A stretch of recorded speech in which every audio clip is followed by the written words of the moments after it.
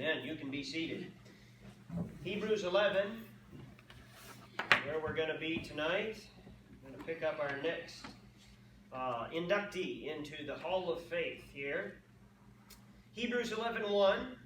Now faith is the substance of things hoped for, the evidence of things not seen. Remember, the entire purpose of the book of Hebrews is to demonstrate and illustrate the supremacy of the new covenant, which we have in Christ, over the old covenant, which they had in the Old Testament.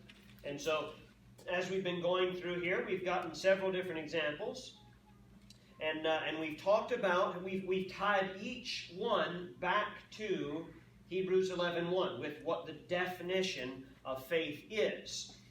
We've talked about what is the evidence of their faith. The evidence of Abel's faith. Number 1, in verse 4, was where we started. The evidence of Abel's faith was in his worship. He offered an appropriate sacrifice that correctly pictured the coming sacrificial death of the Messiah. The evidence of Enoch's faith was in his walk with God. And we know that he walked closely with God because there was a time when he was translated. He didn't see death. The Bible says that he walked with God and he was not, for God took him. And Noah's faith was evidenced, we looked at last week, by his work and by his preaching of the coming judgment of God. And we looked at this in verse 7, where it says, by faith Noah being warned of God of things not seen as yet. We talked about the rain, we talked about the ark, we talked about his preaching. This evening we come to a man who actually has 2 entries in the Hall of Faith. 2 entries for 2 very different times in his life. And it's kind of interesting, I think, the way that they line up. And we'll look at that. He has 2 entries, and his wife has an entry too. Which, when we think of Sarah, we don't think of her as a woman of tremendous faith, perhaps. From what we know of her in the Old Testament, we think, she laughed. Remember when the angel of the Lord came and said, you're going to have a son, she laughed. And we think, well, that was it. She kind of blew it, and yet she made it into the Hall of Faith. And Lord willing, we'll look at her next week. But we'll look here tonight at the first of this man's mentions. Of course, it's Abraham. Look at verse 8. By faith, Abraham, when he was called to go out into a place which he should after receive for an inheritance, obeyed. And he went out, not knowing whither he went. By faith he sojourned in the land of promise, as in a strange country, dwelling in tabernacles with Isaac and Jacob, the heirs with him of the same promise. For he looked for a city which hath foundations, whose builder and maker is God. Number 1, he was called to go out. Let's look again. Take a look again at verse 8, and we'll kind of break this down. By faith, Abraham, when he was called to go out into a place which he should after receive for an inheritance, obeyed, and went out, not knowing whither he went. If you want to hold your finger here and you want to flip back to Genesis chapter 11 and 12 is where we'll be. So if you want to keep a finger in both places, we'll kind of go back and forth between the two. His genealogy is given to us in Genesis 11. That's where, if you look at Genesis 11, it's where it kind of starts right after the flood. And we trace back to Shem. And it's the dispersal of men after Babel is what's found in Genesis chapter 11. It's interesting that Abraham was around 60 years old when Noah died. So that's kind of interesting. They were contemporaries for at least a little bit. Their times overlapped here.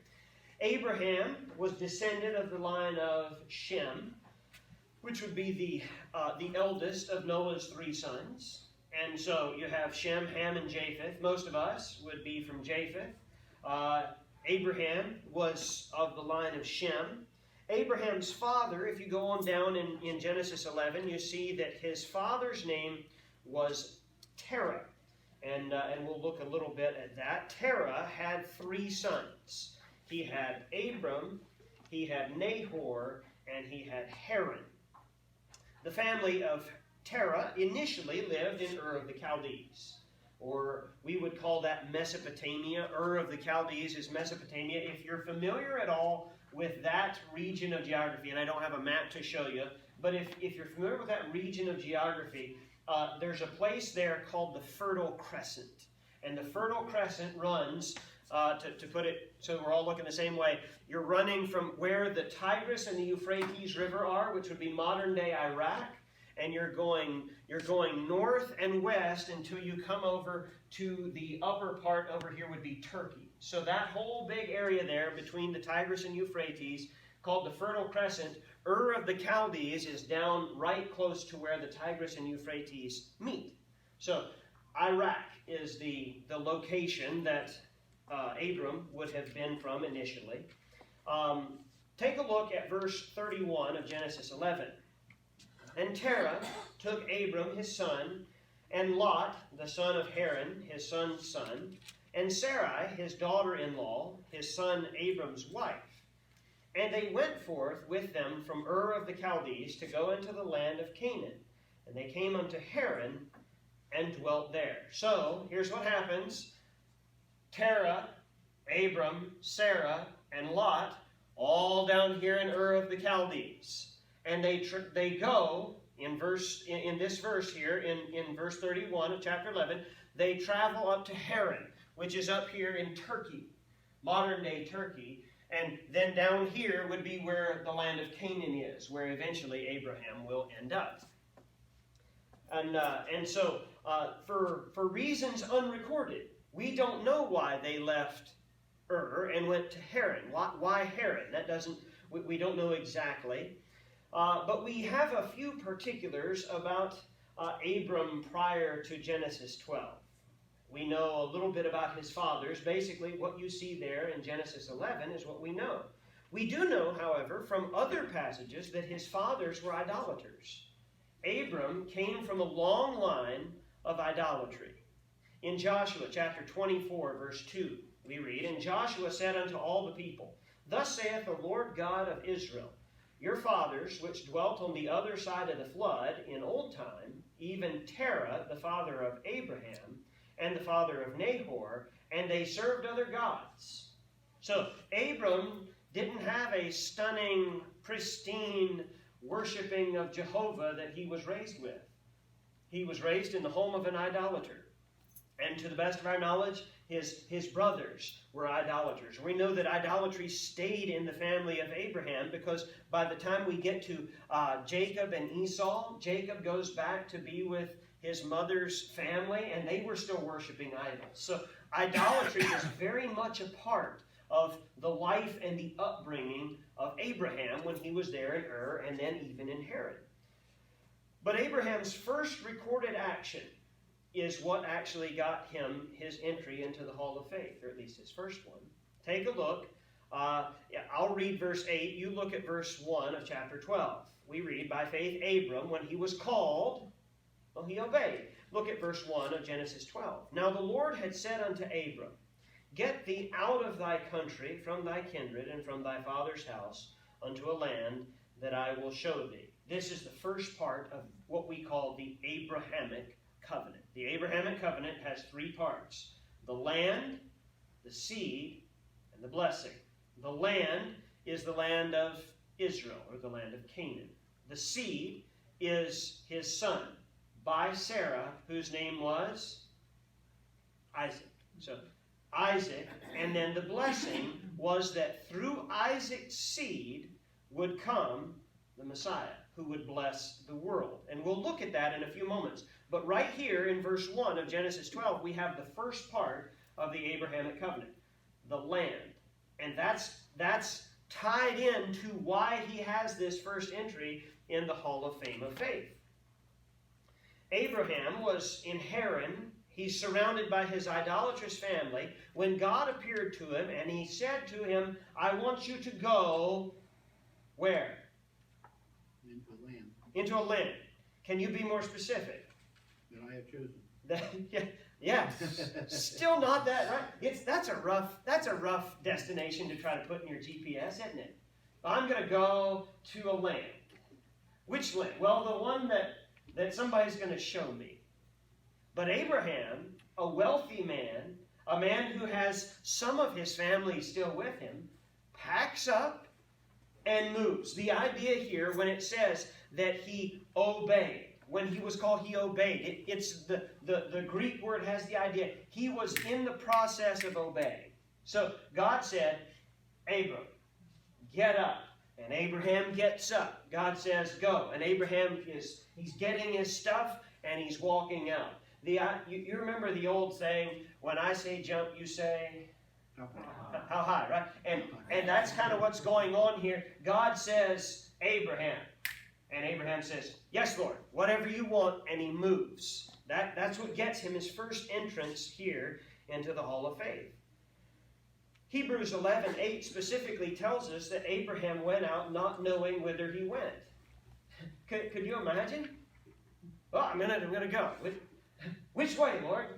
This way? That way? Which way you want me to go? Now, obviously we know he's in Haran, so God directed him to the southwest.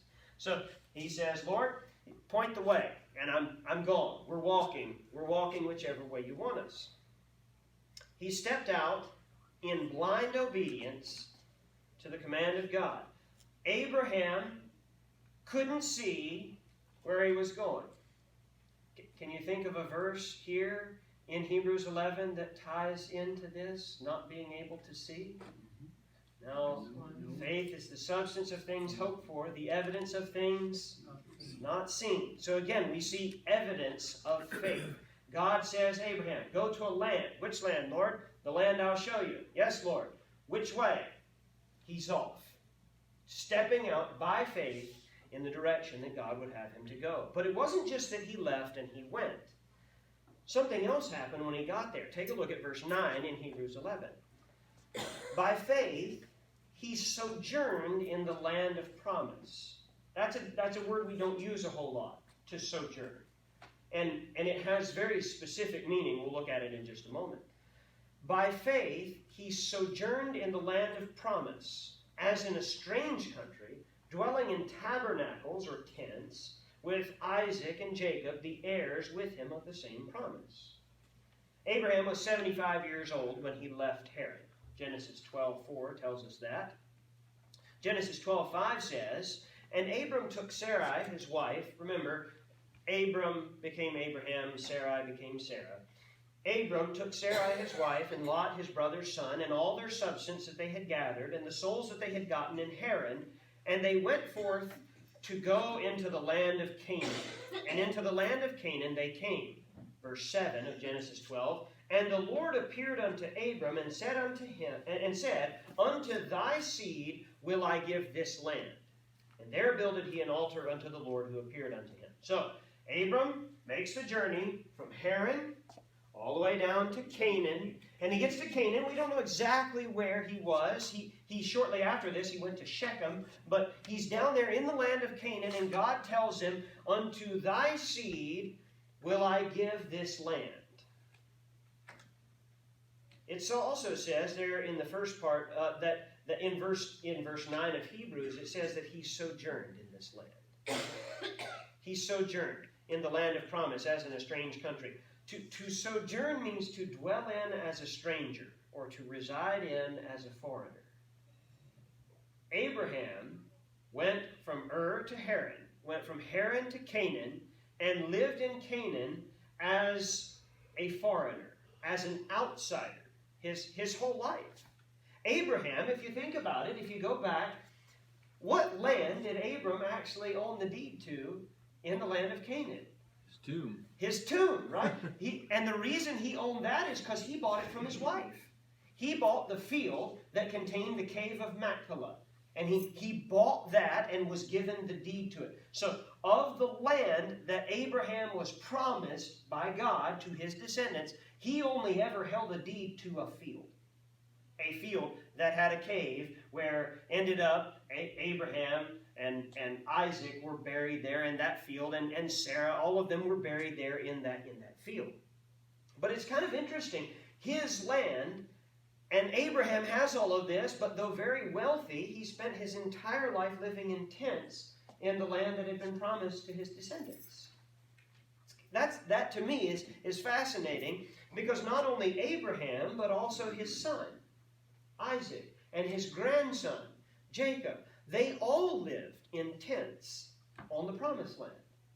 It wasn't until the children of Israel came in under Joshua that they actually got cities with walls and towns.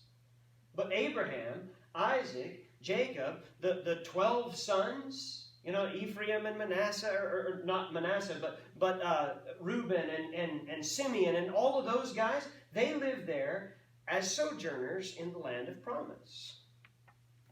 Abraham lived in tents because of his faith that his descendants would one day have the whole land. But ultimately, Abraham was not mentally tied up with the present situation of real estate, because verse 10 tells us how he was able to get over this. Would it kind of grate on you if I said, I'm going to give this land to you and your family that comes after you, but I wouldn't give you the deed to it? It would kind of grate on you a little bit. You'd think, would you just give it to me so that let's just make it legal. But he sojourns there as a foreigner because he had his focus in a different location. In verse 10 of Hebrews 11, take a look at this. It says, for he looked for a city which hath foundations, whose builder and maker is God.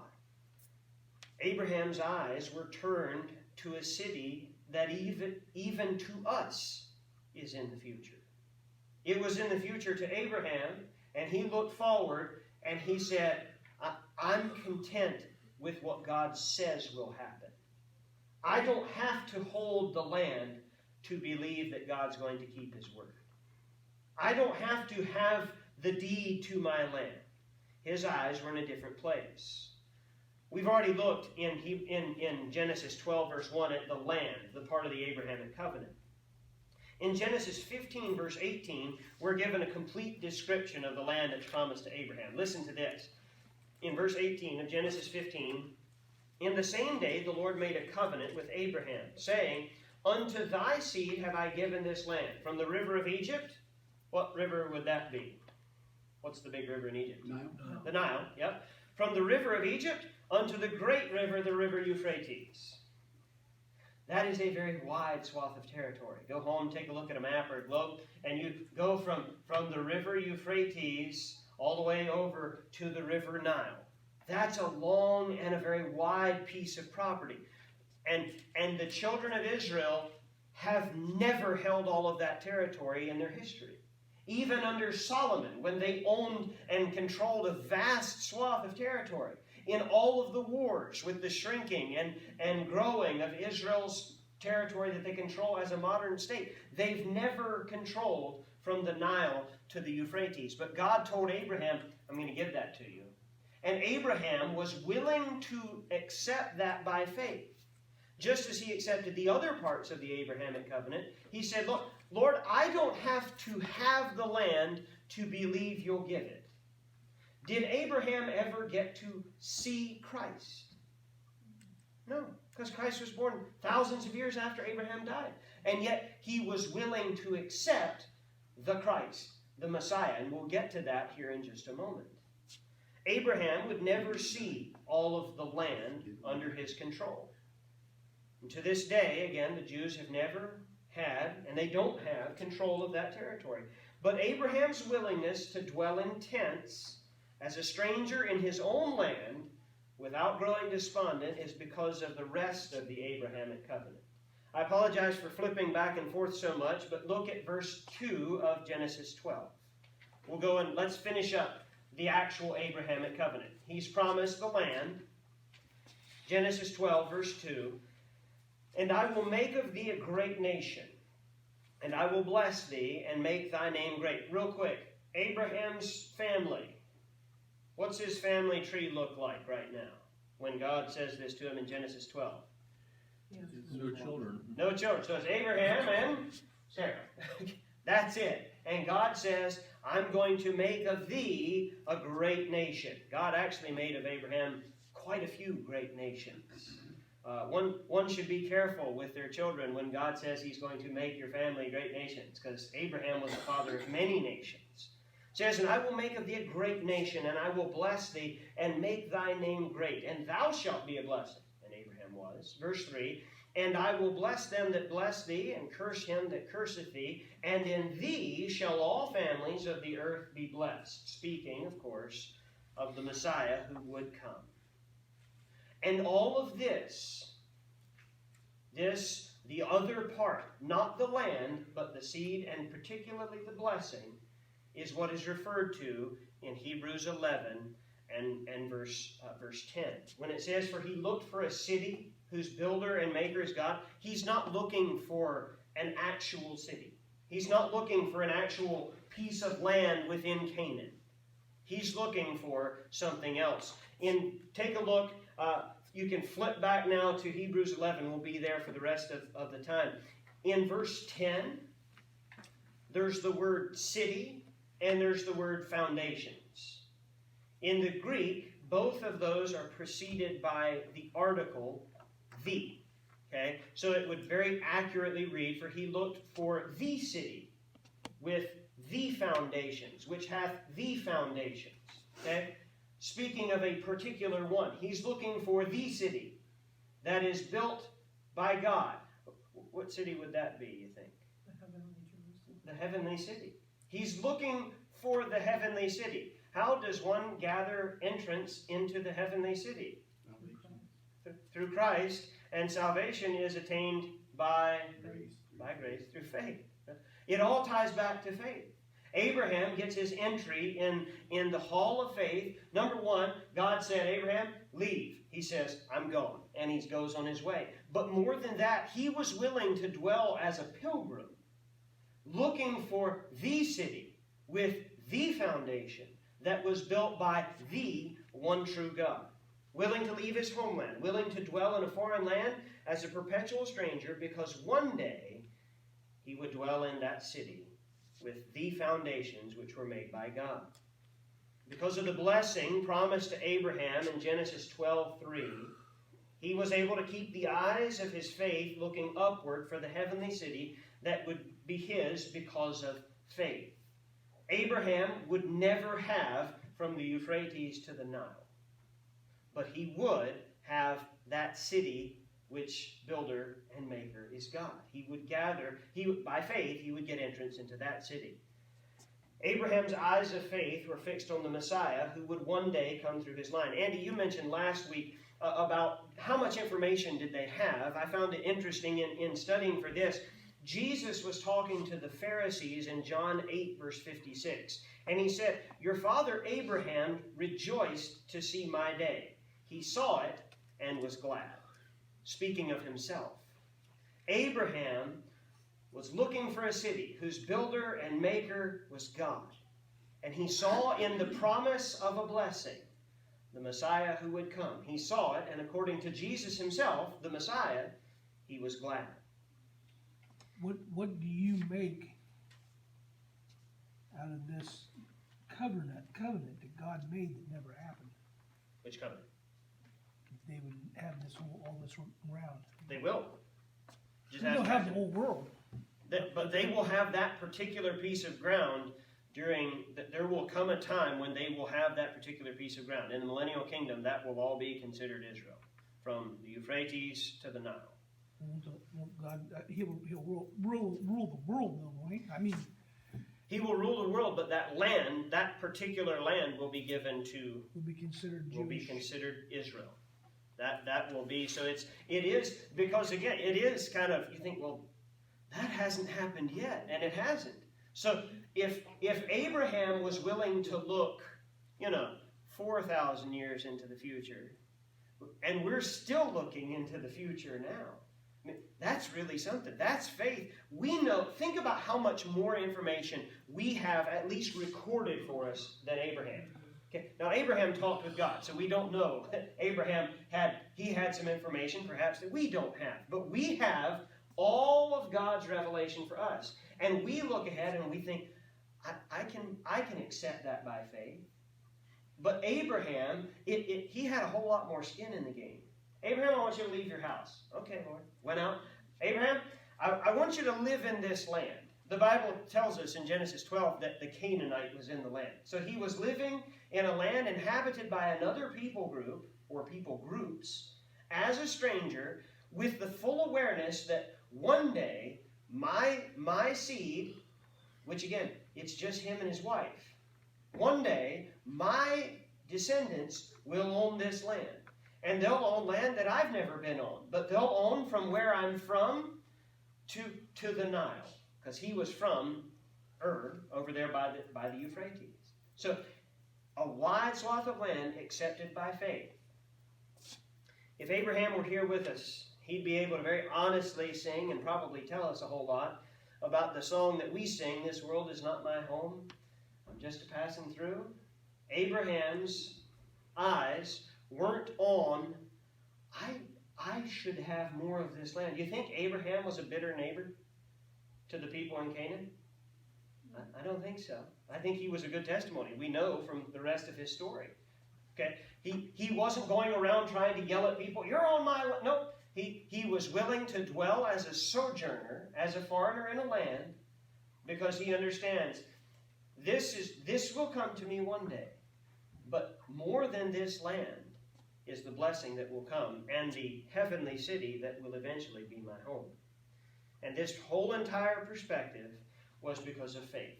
Because Abraham hadn't seen any of it. When God said you'll have a son, all he had was a wife. When God said I'll make your descendants as the sands of the sea, it didn't look likely. When God told him I'm going to give you a land, he was already a pilgrim with no place to call home. But Abraham made the hall of faith because when he was called, he obeyed. Again, the word, when he was called, he was in the process of obeying. God said do it, and he's up and moving to accomplish what God says. So when he was called, he obeyed. When it was promised, he believed. And when facing the tiring life of a perpetual pilgrim, he maintained his focus on the city of God, which he would one day attain by faith. Abraham, when we're standing next to him around the throne of grace, he'll be there because he was saved by grace through faith. Forward-looking, but faith nonetheless.